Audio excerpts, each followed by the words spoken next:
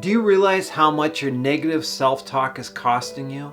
It's costing you in ways that you might not realize. For example, financial opportunities, wonderful experiences that you're missing out on, relationships, friendships, and networking opportunities that are not materializing, and when they do, they're not being able to their full capacity.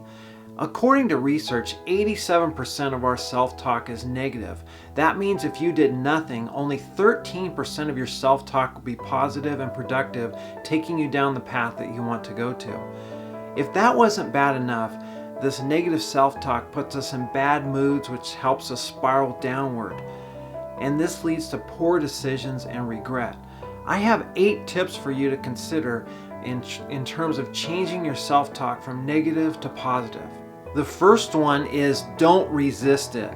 What you resist will persist. If I told you not to think of a pink flamingo, that's probably the first thing that's going to pop into your mind. And the solution of this is not to resist it, but just to be curious and think of it as a conveyor belt going through your mind here, going past you, and just be curious, like, where did that thought come from? What does that mean? Don't try to stop it, just let the thought come in, be curious, and let it go out. This way, you're not holding on to it, because if you resist it, then what's happening is it's like you're putting a dam up and that water's backing up. All those thoughts are backing up and it's just building on itself, versus just let it be a river and let it flow past you. And you don't need to hold on to a thought that you don't like, because what you can do is say, well, I don't like that thought, but I do like this one, and just pick the thoughts that you want. And if it's one that's not helping you, just let it go, release it, let it go down the river. The next thing, number 2, is give your inner critic a name. Now for me, I think of it as negative Stan. So if something is going in my mind and I don't like that, it's criticizing me, it's negative, it's putting me down, I think, Stan, I don't need to hear you right now. It's not helpful. Now hopefully your name isn't Stan, by the way. But anyway, that is a way that really helps me, because when you name it, what you do is you kind of demystify it, and you can say, oh, that's just Stan talking again, and we don't really need you because you're not really helpful and productive. The third point is this conversation taking me to a place I want to go? When you have a vacuum and there's nothing filling that void, negativity, like we mentioned earlier, 87% of the time it's going to be filled in with negative stuff. So you want to know who you are, know where you're going, and what you're trying to do. And when you have that, it's going to fill that void, and you're going to be moving forward with progress, rather than just being confused and not knowing what you want and just having all that stuff fill in with the negativity. The fourth tip is ask yourself questions. Thinking is simply just asking and answering questions, and we do this all day long.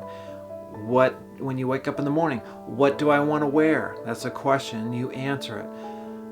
What's going to happen at lunchtime? That's a question and answer. What project am I working on? Question and answer. So we're doing this all the time with our thinking, and we can make it more productive. And here's some examples of a few questions that might be helpful for you. Why is it so easy for me to change my self-talk when I catch myself being negative? What do I want to think about? What's the lesson I could learn and apply? Does this self-talk fit me?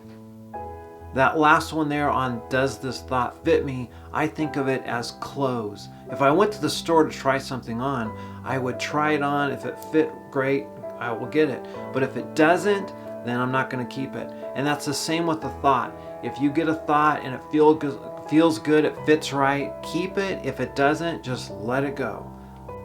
The fifth tip is most of what we think is just an opinion. Of all the possibilities out there, does anyone know enough to be a critic? Often when we see something, we see the worst in it, we see the worst possibilities. And what's really true? The sixth tip is imagine you're talking to another person, and what would they say to me? I'm going to give you a couple examples of listening to other people and how it can help you. Now, I want to just say, if the other person is giving you negativity, being a downer, all that, you want to flush them and not hear that, that's not going to help you. But if they're giving you constructive, positive advice and tips, then that's something you want to hold on to, because you never know when you might need it. And that's the first example I'm going to give, and that's with my dad. My dad has been a mechanic his life, and I noticed that I picked up a lot of things from him that he was telling me and instructing me.